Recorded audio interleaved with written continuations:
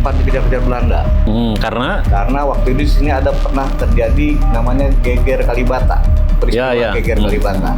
Itu tepatnya di depan pabrik sepatu bata yang sekarang jadi apartemen. Itu dulu tangsi militer tuh diserbu sama orang-orang Kalibata. Peristiwa itu disebut Geger Kalibata. Besoknya yang dicari ya tokonya Guru Amin di sini. Jadi nggak ketemu, padahal ada Guru Amin di situ.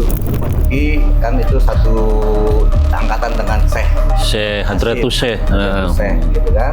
Itu baru dibikin di Jakarta, ditugaskan murid-muridnya bikin.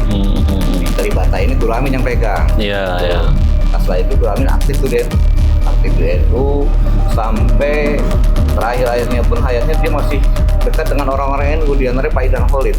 Semua yang hadir ini malam ini merasa mencium bau wangi di area makam ini. Jadi nggak ada kembang ini.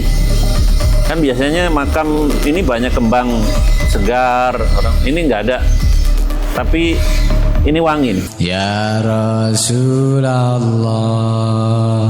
salamun alaik ya Rafi'a syami.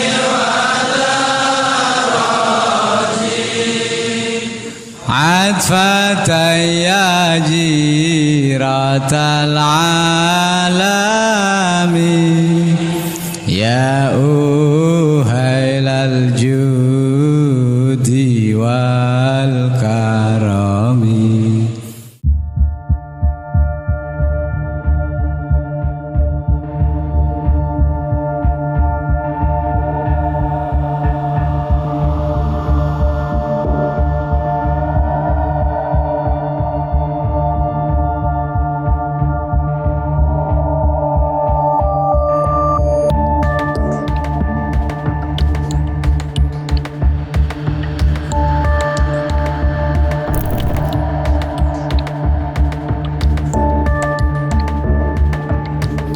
Alhamdulillahirrabbilalamin, malam ini saya berkesempatan ziarah ke salah satu ulama karismatik, ulama terkenal dan ulama berpengaruh terutama di Jakarta atau di Betawi. Jadi menyebut nama-nama ulama karismatik di Betawi, di tanah Jakarta ini akan kurang kalau tidak menyebut salah satunya, yakni Kiai Haji Muhammad Amin ya, atau yang kita kenal dengan nama Guru Amin Kalibata. Guru Amin Kalibata.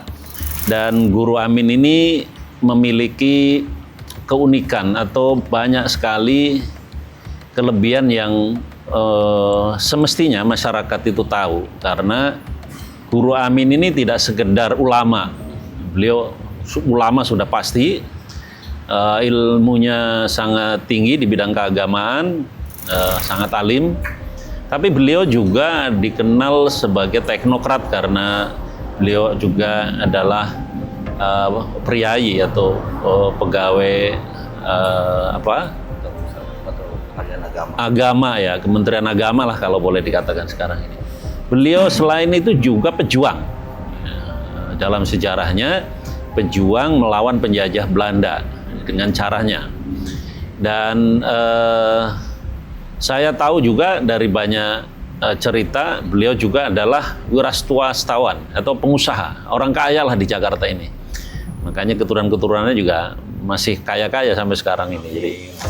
Jadi malam ini alhamdulillah saya ditemani lah oleh dua cucu langsung dari beliau, Guru Amin. Yang pertama Bang Yusron. Ini salah satu cucunya, dan Bang Syahudin. Ya, dua cucu inilah yang sampai hari ini masih merawat kompleks ini, masjid, sekolahan, dan juga makam beliau bersama istri beliau, Nyai Fatimah. Jadi mungkin dari supaya publik ini tahu nih, Bang, mohon diceritakan ini beliau ini sosoknya seperti apa dari Duriah langsung ini. Guru Amin ini, beliau ini lahir di Kebayoran Lama tahun 1902. Itu di salah satu tempat sampai sekarang itu nama tempat itu Gang Penghulu bernama. Gang Penghulu. Sampai sekarang masih namanya Masih Gang ada. Penghulu ya? Itu dinamakan Gang Penghulu karena bapak beliau ini penghulu di situ. Oh. Jadi orang-orang tahunya daerah situ adalah Gang Penghulu karena ada bapaknya beliau itu dulu penghulu. Oh, memang. bapaknya Zamannya. Guru Amin itu penghulu di Kebayoran Udah Lama. lama itu Raden Muhammad Ali. Raden Muhammad Ali. Setelah bertugas di sana, bapaknya pindah ke jadi penghulu di Jatinegara di Kampung Melayu. Oh. Nah, beliau belajar dari bapaknya, kemudian di Kampung Melayu, beliau juga belajar ke guru-guru lain diantaranya Guru Marjuki Oh. di Cipinang. Di Cipinang. Guru Marzuki. Jadi Guru Marzuki itu Gurunya beliau. pernah kita liput juga adalah gurunya beliau ya. Guru Salah beliau. satu Salah gurunya guru beliau. Di antara lain selain itu juga ada Guru Mansur yang di Dari Batan 5, Ya. ahli falakiyah. Ahli falakiyah. Nah. Jadi beliau juga mewarisi ilmu falakiyah dari Iya, iya, iya. Guru Mansur. Dan Guru Mansur itu kita tahu bahwa beliau adalah perintis sekolah untuk anak-anak Betawi. Jadi dulu kan Belanda bikin sekolahan, tapi Iya. orang-orang itu nggak ada yang mau karena takut kristenisasi. Iya, gitu iya. Bikin sekolahan sendiri. Dulu orang kuno itu nggak mau nyekolin anaknya di sekolah Belanda, Iya. sekolah kafir, Oke. kafir landa lah dulu Iya, kalau orang Jawa iya, bilang. iya. Ya. Nah, dari Guru Mansur ini beliau akhirnya membuat sekolah di sini. Di tempat ini juga Tempat nih, ya, namanya Unwanul Huda. Unwanul Huda. Guru-guru Mansur itu murid-muridnya banyak melahirkan sekolah-sekolah. Gitu. Nah, dari situlah beliau mengajarkan ilmu agamanya di sekolahan ini. Dari murid-murid itu banyak. Di antaranya bukan hanya sekitar sini, juga ada dari daerah Cibinong, Ciputat. Ciputat itu diantaranya bapaknya Kiai mantan Menteri Koperasi, Zarkasi Nur. Oh, Pak Zarkani Sinur. Nah, bapaknya itu belajar sama beliau, Bapaknya Pak Zarkasi itu muridnya Guru Amin. ya, Guru Amin. Oh iya, sampai sekarang masih di Ciputat ya, Masih beliau. di Ciputat. Nah, iya. Jadi Guru Amin ini kemudian dia zaman Belanda itu sempat dikejar-kejar Belanda. Karena waktu itu di sini ada pernah terjadi namanya Geger Kalibata, peristiwa Ya, ya. Geger Kalibata. Itu tepatnya di depan pabrik sepatu bata yang sekarang jadi Apartemen. Iya, itu iya. dulu tangsi militer tuh lagi Ya dulu, gitu, ngomong ya di situ dulu ada itu toko sepatu Kalibata. Iya. Sekarang nggak ada ya. Nggak ada. Waduh, Depannya itu digusur. tangsi militer karena Belanda itu bikin tangsi militer untuk mengamankan wilayah-wilayah dia pada Iya, iya. investasi asing di situ. Iya, Suatu saat itu diserbu sama orang-orang Kalibata. iya, iya, iya. Peristiwa itu disebut Geger Kalibata. Besoknya yang dicari ya tokonya Guru Amin di sini. Provokator lah zaman Jangan- dulu. jangan Nah, provokator. zaman Belanda itu. Ekstremis. Ekstremis. Dicari, Belanda datang, dicari nggak ketemu. Padahal ada Guru Amin di situ. Oh. Mana Guru Amin? Padahal ada di situ, nggak ketemu. Oh Mana? iya, itu dilindungi, Dilindungi. disamarkan. Markas. Jadi, iya. Nah, pulang dari situ, dia pulanglah ke rumahnya. Rumahnya terus ngajak anak-anaknya tuh ngungsi gitu, ngungsi ke Cikampek sampai ke Kerawang. Gitu. Ya di sana di Kerawang, akhirnya tinggal sana karena dia bilang kita ngungsi aja ke sana, gue punya teman banyak. Di antaranya Kiai Nur Ali. Kiai Nur Ali itu temannya beliau gitu. Kiai Nur Ali. Dan oleh Bekasi. Ya, itu teman beliau. Jadi memang Kiai Nur Ali dengan Guru Amin itu konon ceritanya dipersaudarakan oleh mertuanya Kiai Nur Ali. Oh, oke. Nah, karena waktu dulu Guru Amin ini juga kan seorang pengusaha. Iya, Dia iya. jualan material dulu. Ya, ya, ya. Material ngambilnya daerah sana. Jadi daerah Kerawang. Kalau dulu kan kalau ke Kerawang itu dia naik kereta. Kereta siang ke sana maghrib gitu kan. Dia nginep di sebuah musola atau masjid. Nah di masjid selama nginep itu nunggu pagi dia suka ada yang belajarnya dibenerin orang ngajar sama dia. Benerin. Suatu saat minggu bulan keberapa datang tuh udah banyak orang di musola itu. Nah, tungguin rupanya Guru Amin. Bilang, nah ini nih yang ngajarin kita dulu nih. Padahal di situ transit ya. Di Padahal ada transit buat pagi dia belanja. Iya, iya. Belanja genteng, belanja bata gitu kan. Ternyata di situ udah ada Kiai Nur Ali dan mertuanya. Dites lah sama mertua Kiai Nur Ali itu sampai subuh, sampai akhirnya Kiai Nur Ali bilang, mertuanya bilang, apa yang dibilang sama orang ini benar semua. Lo boleh belajar sama dia. Nah Nur Ali sekarang bos saudarain sama dia, lo manggil abang sama dia. Nah makanya dulu waktu masih ada Kiai Nur Ali, keluarga kita nih sering diundang Maulid ke Nurali soal manggil nih anak abang gue di Kalibata masuk begitu. Nah karena itu dia mengungsi ke sana. Mengungsi itu anak-anaknya banyak lah yang ikut laskarnya kayak Nurali Sebulah begitu. Iya. Nah, setelah selesai dari sana, nah itu balik ke Kalibata itu udah berantakan tuh katanya itu kita hancur segala macam tuh kan udah di rumah berantakan. Digeledah-geledah rumahnya Guru Amin. Setelah zaman merdeka tuh 48 Belanda pergi kan tuh, Regres Militer Belanda pergi, Guru Amin dijadikan penghulu untuk Residen Jatinegara. Residen Jatinegara tuh wilayahnya luas dulu, dari mulai Ciputat, Cibinong, terus sampai Bekasi. Kantor beliau tuh di Bekasi. Iya. Kantor beliau tuh di Bekasi. Bekasi itu makanya ada jalan raya Bekasi mungkin itu ya. Ya, jadi sampai ke Bekasi itu masih daerah kekuasaannya Jatinegara. Residen itu setingkat apa dulu? Mungkin kabupaten kali ya. Kabupaten atau ini Karesidenan kali. Karesidenan. Nah dari situ beliau akhirnya ditugaskan untuk membuat kantor-kantor urusan agama di beberapa wilayah di Karesidenan kali Jatinegara. Di Ciputat ditempatkan ayahnya Zarkasi Nur. Berarti yang nunjuk sebagai penghulu itu dulu itu berarti Kementerian Agama di awal kemerdekaan ya. Iya. Nah, terus kemudian kan beliau aktif di NU. Nah, iya benar. Ini Guru Amin juga salah satu tokoh NU Jakarta. Ini juga perlu di. Ya. Jadi konon ceritanya beliau itu aktif di NU karena diperintah oleh guru beliau Guru Mansur. Guru Marzuki. Karena Guru Marzuki kan itu satu angkatan dengan Syekh Hadratus Syekh. Gitu kan. Nah, akhirnya Guru Marzuki bikin NU Jakarta, ditugaskan murid-muridnya bikin. Di Kalibata ini Guru Amin yang pegang. Iya. Nah setelah itu Guru Amin aktif di NU sampai terakhir-akhirnya pun hayatnya dia masih dekat dengan orang-orang NU, di antaranya Pak Idham Holik.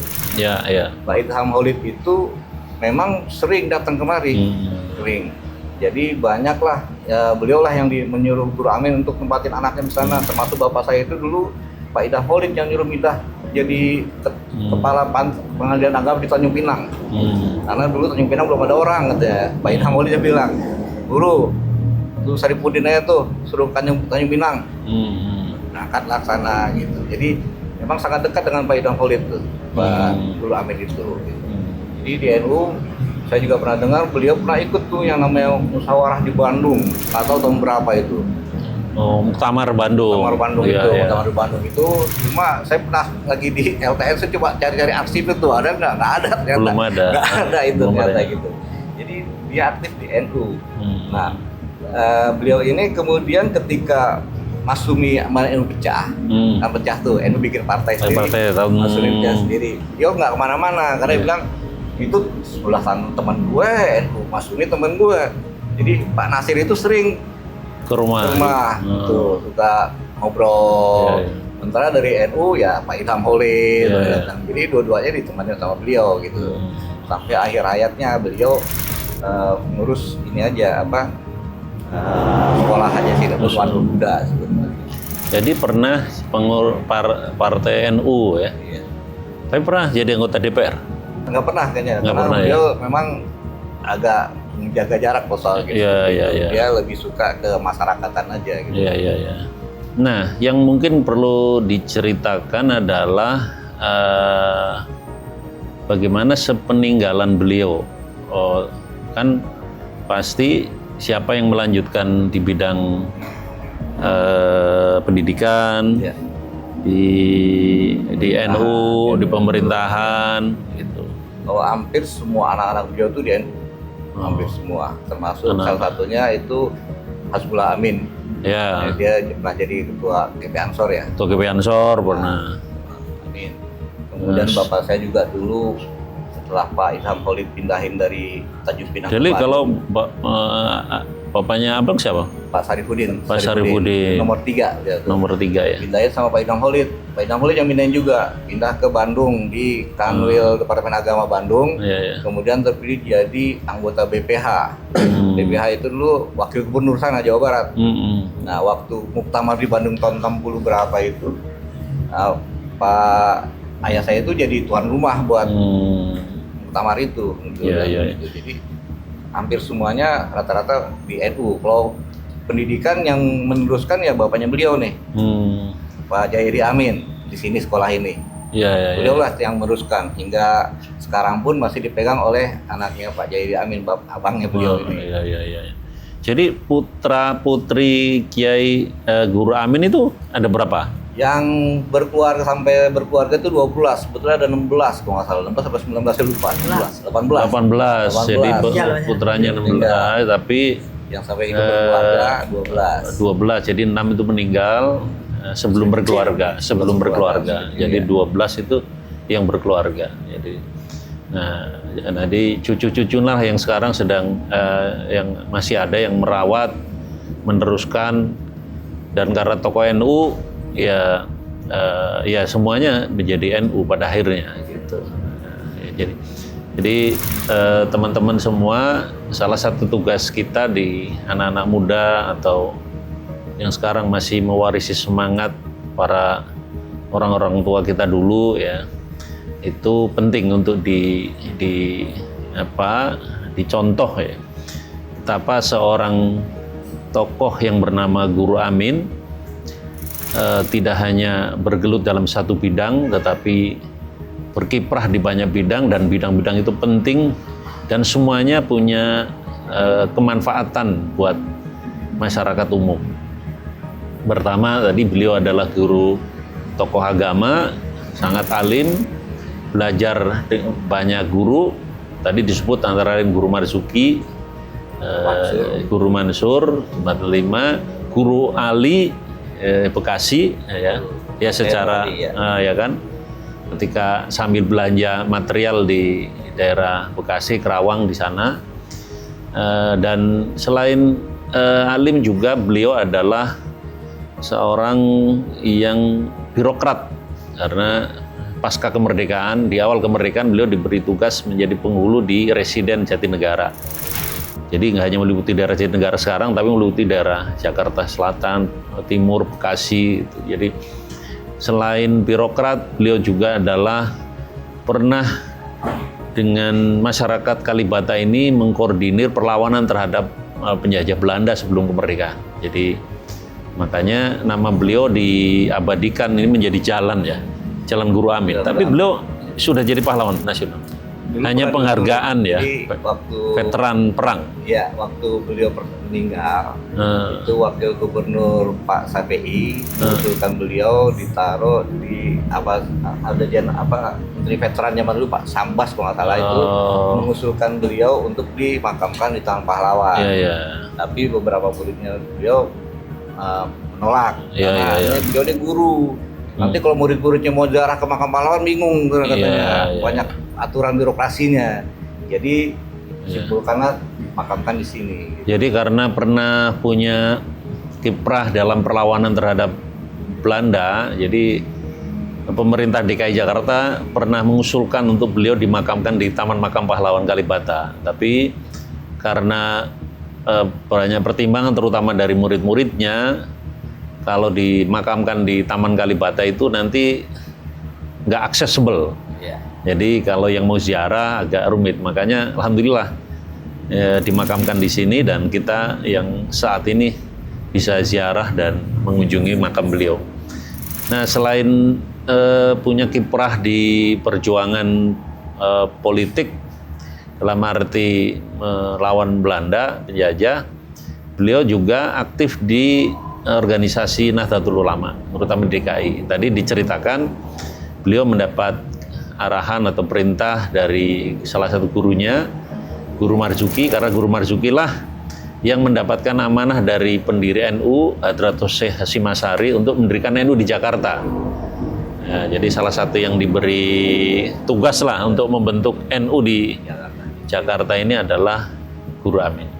Selain itu, Guru Amin tadi juga diceritakan, jadi sejak muda sudah menggeluti dunia bisnis ya. Jadi ini kosmopolit, ini lengkap ini. Jadi dia perjuangannya secara ekonomi juga mandiri, ya, secara keilmuan juga kuat, secara ketokohan juga kuat. Jadi kita pantas untuk meneladani sosok Guru Amin, dan mudah-mudahan lewat cerita ini kita semua bisa meneladani salah satu guru kita, Guru Amin. Al-Fatihah. A'udzubillahi minasyaitonir rajim. Bismillahirrahmanirrahim. Qul huwallahu ahad.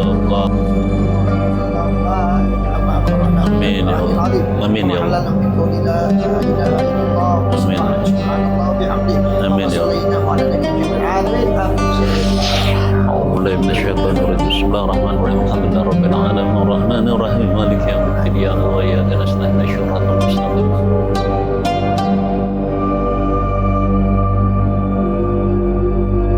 Ini semua yang hadir ini malam ini merasa mencium bau wangi di area makam ini. Jadi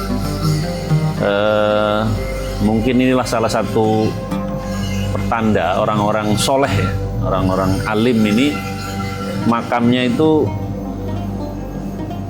wangi, nggak ada kembang ini. Kan biasanya makam ini banyak kembang segar, orang ini nggak ada. Tapi ini wangi. Ini beliau juga bilang wangi. Alhamdulillah, mudah-mudahan ini isyarah ya. Mudah-mudahan ini isyarah bahwa memang beliau orang alim dan soleh dan patut kita teladani.